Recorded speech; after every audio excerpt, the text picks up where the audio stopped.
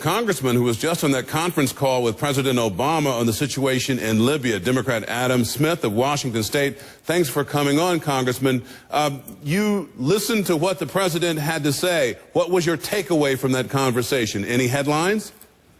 Well, I think he made a very compelling case. I mean, he made it clear what our mission was in Libya, and the fact that actually we've been quite successful in the last 4 or 5 days. And it was a very, focused mission.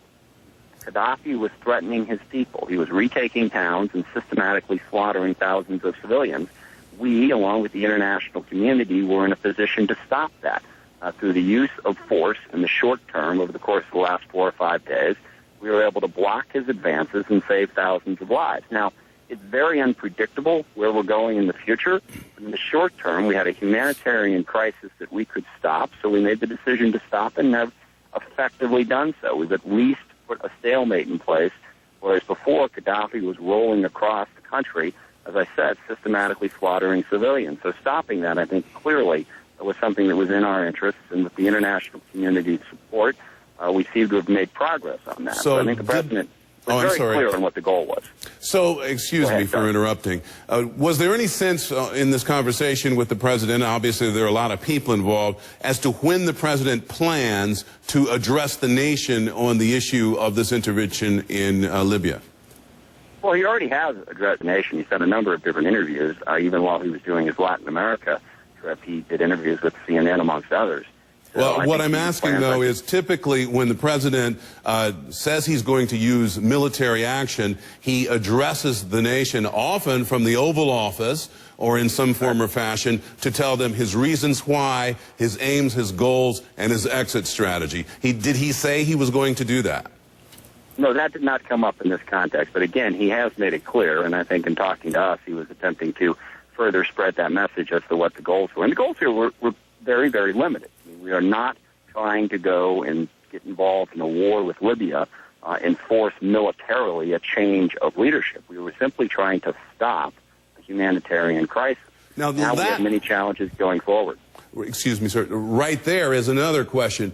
Did you get a sense from the president, did he say anything about his desire to see Qaddafi leave the country or otherwise out of power? Did he talk at all about that? Yes, absolutely, and that's something that I think should be more clear to people. Clearly, the president said several weeks ago now, I think, that Qaddafi should leave power.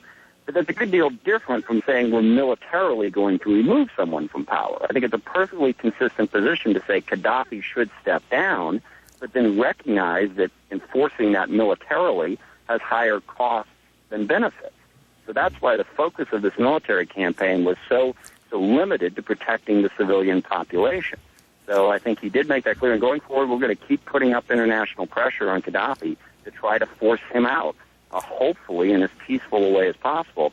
But that's going to be difficult, and I think we all recognize that. The president has been criticized by some Republicans and, in fact, some Democrats, people who actually say he did not consult with Congress to the degree. Was he challenged on this call with members of Congress? Did you or anyone else ask him whether he ought to have come and asked for, say, a vote of Congress before employing U.S. troops in Libya or employing U.S. military services? Let's be clear on one thing. In the weeks leading up to this, there was severe criticism from many, mostly on the Republican side, that we were letting a humanitarian crisis in Libya go unchecked when we could do something about it.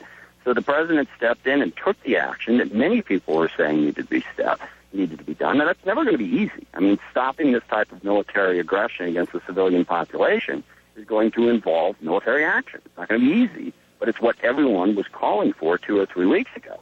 And to now step up and criticize him for doing it is a bit inconsistent. As far as consultation with Congress, it's very clear in the World Powers Act that the president is not required to get authorization from Congress before taking an action like this.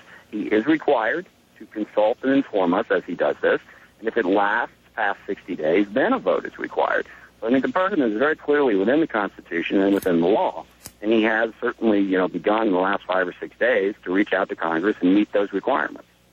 And so you're going to be hearing some more from the administration next week as everybody